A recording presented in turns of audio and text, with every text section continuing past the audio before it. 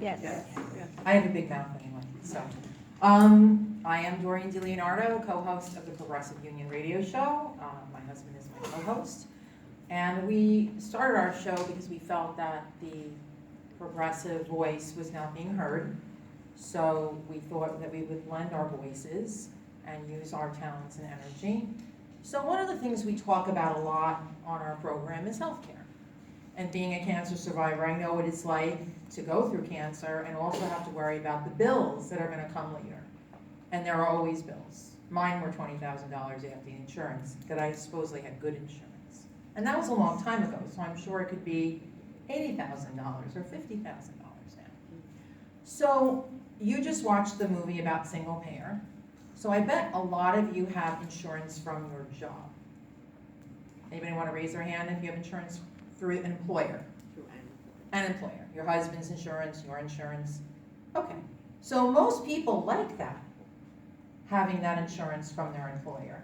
And most people think that even though we have Obamacare languishing and Medicaid is probably going to die and Planned Parenthood is going to be defunded, we feel safe because we have employer-paid health insurance. We're lucky, right? My husband's in a union. Well, I'm being facetious, so just follow me. My husband's a Teamster. He works for the New York City Department of Sanitation.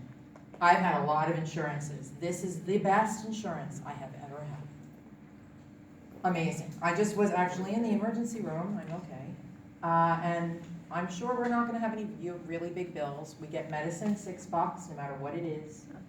So why should I care if Obamacare is gone, right? Doesn't have anything to do with me. Medicaid, who cares, right? Doesn't matter. I have insurance. Well, it does matter because that insurance that you get from your job is in jeopardy if the Republicans get their way passing TrumpCare. So a lot of liberals say to me, and I'm going to have to get my glasses, that's why we need eye care, because I don't think I can read what I have to read to you. A lot of them tell me, no, that's never going to happen. Well, Trump's president, and people said that wasn't going to happen. So TrumpCare is kind of confusing. Obamacare is not. Obamacare is unraveling due to things that were done administratively by Kathleen Sebelius, who was our Health and Human Service Secretary over Obama. And there were 1,200 administrative maneuvers she did. So Tom Price, who we like to call Dr. Death in our house, there's a big sign that says that. He's unraveling. And of course, the high-risk corridors, those pools for the people that have pre-existing conditions like me, they're not making good to the insurance companies, the Congress, because even before Trump, the Republicans said, no, we're not going to live up to the promise of giving this certain amount of money to them, to the insurance companies. And the insurance companies are suing the government for that. So that's why they're leaving the states, because they're not getting paid what they were promised. So the unraveling of Obamacare has been happening even when Obama was president. And of course, we know that the Medicaid expansion has not been extended to many of the red state constituents, which is amazing that the Democrats don't mention this and say, hey, he's holding money back from you that you should be getting so you can get health insurance. Okay, so all that said, Obamacare is unraveling for a lot of those reasons. So the Republicans have their plan, TrumpCare. And Paul Ryan was interviewed recently by New York Magazine and the Washington Post. And he said, and don't you love Paul Ryan? Don't you love him? The Koch brothers puppet. In a state like Wisconsin, that was the birthplace of unions. It's amazing, right? So, well, Scott Walker is the big puppet of the Koch brothers. So he said in an interview, he said, you know, I believe the problem begins with people mistakenly thinking that this bill affects their job-based insurance. They see health care and they think their own health care might be at stake. Silly.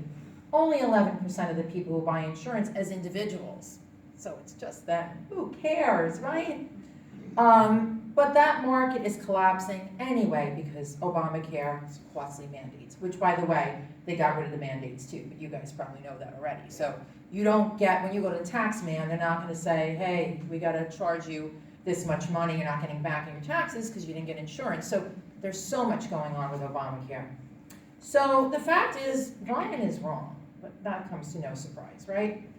So the Wall Street Journal earlier this month, the health care bill, TrumpCare, would actually jeopardize existing coverage for people who get insurance through their employer. Not just the ones who get it from Medicaid, not just the ones who get it through the individual market. This is really important that you pass this on to people that you know. Because a lot of people that live around here, I'm sure, get insurance through their job. And they think it's the other people. You see, Ryan, this guy's supposed to be Christian conservative. The other people, who cares about them? So the plan would give states waivers from Obamacare's insurance regulations. So Obamacare has a lot of rules, silly. They make them cover, the insurance companies, emergency room visits. They make them cover maternity. They make them cover mental health, prescription drugs, health care. Basically, they make them cover the essential things that you need, that you look for when you have health insurance. So all of those things that they have to cover would not be in the waiver. The waiver would say, let the market do its thing. They can do whatever they want. Here's your plan. You don't know what's in it. You pay a cheap price. You think it's great. You go to the emergency room and you get a bill for $25,000. Okay. So what would happen is it would only take one state to have that waiver. So you might say, so you're thinking about the single payer and you're thinking about your own health insurance. So if South Carolina, let's say, right, it could be South Carolina, decides to take the waiver. The governor says we're going to have the waiver. Mississippi. There's like, how many, 32 states that are Republican run? So, you know, half the country. It's last in education, it's last. Right. West Virginia, there's another one. So they decide to take the waiver. Now, this is a classic talking point of the Republicans. You can buy insurance over state lines. Wow. Isn't that great? Well, for your employer it will be, because even if New York doesn't have the waiver at first, and you know they're eventually going to have it, because they're all competing against each other, insurance companies, your employer is allowed to buy insurance from any state. So when they sit down and they want to get their bottom line straight, or they want to save money, as they always do, and they have a right to, they're going to say, where's the cheapest plan when they come to their HR person? And they're going to be like, well, let's try South Carolina or Mississippi. And they have a cheap price, so the HR person says, hey, we only have to pay this per person. Look at all the money we're going to save. So the boss says, fine, because he can pay for his visit in cash. He doesn't care. So now you get a new insurance, and we all get new insurances, right? When I was on my own and I wasn't married, my insurance changed like once a year, twice a year sometimes, right? Do you read it? Do you really know what's covered? You assume. So now you get a new plan, and nothing's covered. It's not worth the paper it's written on. It's garbage.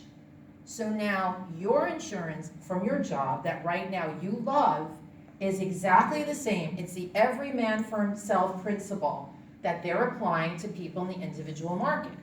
Also, in addition to that, it will also subject people with pre-existing conditions, people in your family or yourself, to be subjected to higher rates. So me, again, I'll use myself, my husband, they would tell him we have to pay more money for Doreen. Maybe they don't cover Doreen anymore. Now what? How am I going to get insurance? So the reason why I came here today is because the media is not really telling you this unless you're reading these articles, and maybe you're watching media that's not TV media, like other media like over the internet, or listening to progressive radio like ours. So single payer, because this can pass, they need 51 votes. So Obamacare is going to deflate. People are going to wonder, what the heck are we going to do? Trump still has like a 42% approval rating. They have control of the Congress, and they need Mike Pence to break the 51, right? So single payer, if you think about it, that will shield us from all of this. I know it sounds bad, because what about the rest of the country? but maybe we and California can be the model for the rest of the country. And then you won't have to worry that you might lose your job or your husband loses his job and you no longer have health insurance anymore. So you'll be like the seniors. That's all it is. It's Medicare for all. It's so simple. So when I was in the emergency room, it's quite funny.